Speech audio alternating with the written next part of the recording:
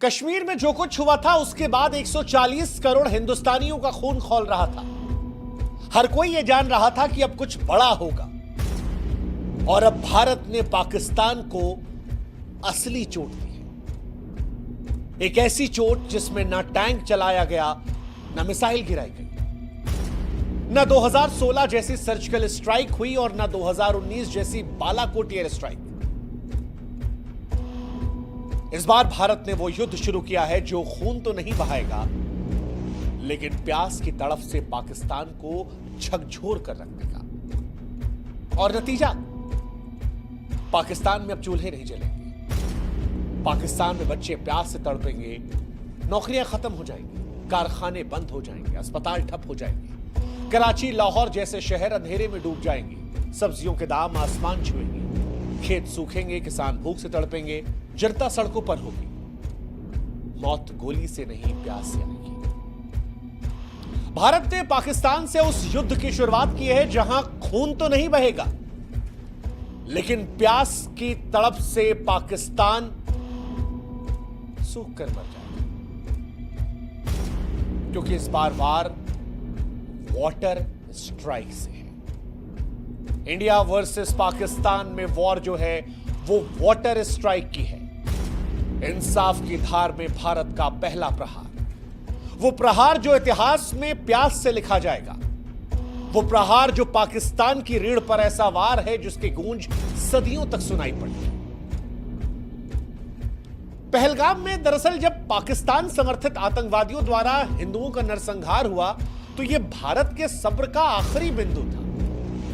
और इसके बाद भारत ने वो फैसला लिया, वो समझौता तोड़ दिया जिसे मानवता के लिए उसने तब भी निभाया जब 1965-1971 में भारत पाकिस्तान के बीच में युद्ध हुआ, जब 1993 में पाकिस्तान ने मुंबई में हमला करवाया, जब 2001 में पाकिस्तान ने संसद में हमला करवाया, 2008 में 26/11 का नरसंहार हुआ, 2016 में उरी और 2019 में पुलवामा में हमारे जवानों पर पाकिस्तान ने हमला करवाया। उसके बावजूद भी भारत ने जिस समझौते को निभाए रखा था, इस बार भारत ने अपने सब्र के बांध को तोड़ दिया और बांध को अब रोकने का फैसला किया जो पाकिस्तान को बूंद बूंद पानी के लिए तरसा देगा, पाकिस्तान को अंधेरे में डाल देगा, पाकिस्तान की बर्बादी की तरफ सबसे बड़ा निर्णायक कदम उठा देगा।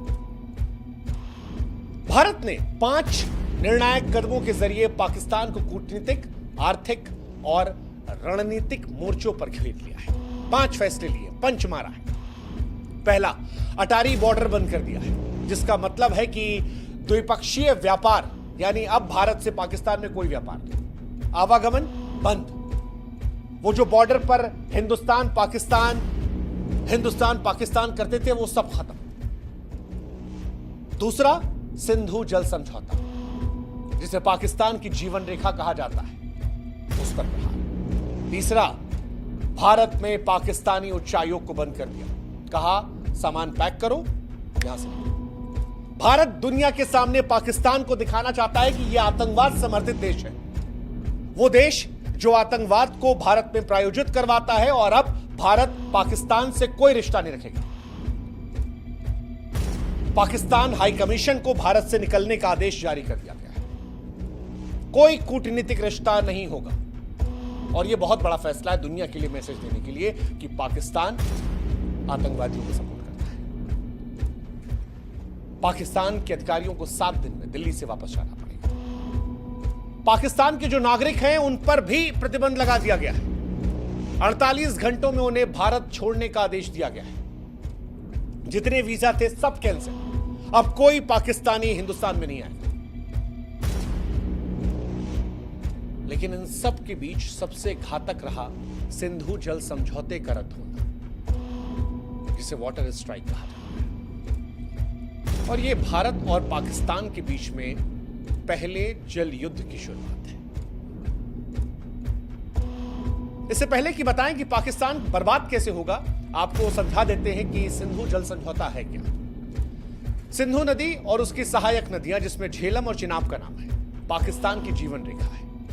ये नदियां 4 देशों से होकर गुजरती हैं और 21 करोड़ से अधिक लोगों की जल आवश्यकताओं को पूरा करती हैं। 1947 से ही इसका विवाद शुरू हुआ था, लेकिन भारत ने तब दिल बड़ा किया और पंडित नेहरू ने साल 1960 में सिंधु जल समझौता किया। वो समझौता जो पाकिस्तान के लिए बेहद फायदेमंद रहा। पाकिस्तान को सिंधु, झेलम और चिनाब नदी का 80% पानी दिया गया। भारत को रावी, व्यास, सतलज का पानी मिला जो टोटल पानी का 20% था। अब यह समझौता पाकिस्तान के लिए लाइफलाइन है। भारत ने, जैसा हमने कहा कि जब तमाम बार तनाव हुए तब भी इस समझौते को ब्रेक नहीं किया, क्योंकि यह समझौता पाकिस्तान को बर्बाद करने के लिए कहा। और अब जब भारत ने यह कदम उठाया है तो पाकिस्तान पर इसके विनाशकारी प्रभाव पड़ेंगे। कैसे, वो हम समझाते हैं। दरअसल पाकिस्तान की 80% सिंचाई सिंधु और इसकी सहायक नदियों पर निर्भर है। पाकिस्तान में खेती करने के लिए जो 93% पानी का उपयोग होता है वो यहीं से होता है। और बिना पानी के पाकिस्तान के जितने खेत हैं वो सब बंजर हो जाएंगे, फसलें नष्ट हो जाएंगी, किसान बर्बाद हो जाएंगे, हताशा नजर आएगी। ये पहली कहानी है। असर क्या होगा? असर यह भी होगा कि खेत खलिहानों के साथ साथ पाकिस्तान के जो बड़े शहर हैं, कराची, लाहौर, मुल्तान, इन शहरों में जल आपूर्ति इन्हीं नदियों पर निर्भर है। अब पानी की कमी होगी तो लोग एक एक गिलास साफ पानी के लिए तरसेंगे। पाकिस्तान में माएं अपने बच्चों के लिए पानी की तलाश में भटकेंगी। अस्पतालों में मरीजों का इलाज प्रभावित होगा।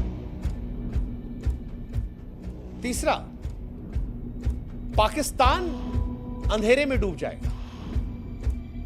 सिंधु बेसिन पर बने हाइड्रो पावर प्रोजेक्ट पाकिस्तान की बिजली का प्रमुख स्रोत है। पानी की कमी से बिजली का उत्पादन ठप हो जाएगा। पाकिस्तान के बड़े शहर कराची, मुल्तान, लाहौर, ये सब शहर अंधेरे में डूब जाएंगे, कारखाने बंद हो जाएंगे। और अब क्योंकि गर्मी आने वाली है, ऐसे में ये गर्मी असहनीय हो जाएगी, बर्दाश्त के बाहर हो जाएगी। पाकिस्तान वैसे भी बिजली संकट का बहुत सामना करता है। बीते साल भी आए दिन पाकिस्तान में ब्लैकआउट हुआ था। इस साल गर्मी पाकिस्तान को बहुत महंगी पड़ी। खेत खलिहानों में क्योंकि पानी आएगा नहीं, तो पाकिस्तान में फसलों की कमी के चलते अनाज और सब्जियों की कीमतें जो है वो आसमान को छू जाएंगी। पाकिस्तान वैसे भी भुखमरी कगार पर है, लेकिन अब गरीब परिवारों की थालियां खाली हैं। भुखमरी का खतरा मंडराएगा। अब क्योंकि कृषि और बिजली क्षेत्र ठप रहेगा तो पाकिस्तान की अर्थव्यवस्था चरमरा जाएगी। निवेशक भाग जाएंगे, बाजारों में अस्थिरता रहेगी। इसके साथ ही पाकिस्तान में जनसंख्या विस्थापन होगा, क्योंकि जहां जहां ये समस्याएं बढ़ेंगी वहां से आबादी कहीं और जाएगी, और जहां पर जाएगी वहां का सारा सिस्टम डैमेज हो जाएगा। पाकिस्तान की जनता सरकार के खिलाफ विरोध को लेकर सड़कों पर भी आ सकती है। सरकार के खिलाफ पाकिस्तान में नाराजगी बढ़ सकती है और पाकिस्तान में सरकार को तमाम तरह की परेशानियों का सामना करना पड़ सकता है। पाकिस्तान में बेरोजगारी पहले से कहीं ज्यादा बढ़ सकती है, क्योंकि कृषि और बिजली क्षेत्र से ठप हुआ सब कुछ तो अर्थव्यवस्था चरमराएगी। पाकिस्तान वैसे ही निवेशकों की कमी से परेशान है और इसके बाद निवेशक भाग जाएंगे, कंपनियां बंद हो जाएंगी, बाजारों में अस्थिरता बढ़ेगी और पाकिस्तान अलग अलग दृष्टिकोण से बर्बादी की तरफ चला जाएगा। हालांकि क्या ऐसा कल से ही होने वाला है? तो जवाब है नहीं। भारत ने जो ये फैसला लिया है, ये ऐसा नहीं है कि कल से ही पाकिस्तान को बर्बाद कर देगा, क्योंकि कई लोग के मन में सवाल है कि क्या ऐसा फैसला लेने के बाद पाकिस्तान तुरंत बर्बाद हो जाएगा, या बर्बाद पाकिस्तान होगा तो कितना समय लगेगा? इसका जवाब भी हम आपको देते हैं। सिंधु जल संधि टूटने से तत्काल गंभीर नुकसान पाकिस्तान को नहीं है। क्यों नहीं है वो समझाते हैं। सिंधु, झेलम, चिनाब नदियों का पानी जो है वो तुरंत नहीं रुकेगा, क्योंकि ऐसा करने के लिए भारत को बड़े बांधों की जरूरत है, जो फिलहाल अभी तैयार नहीं है।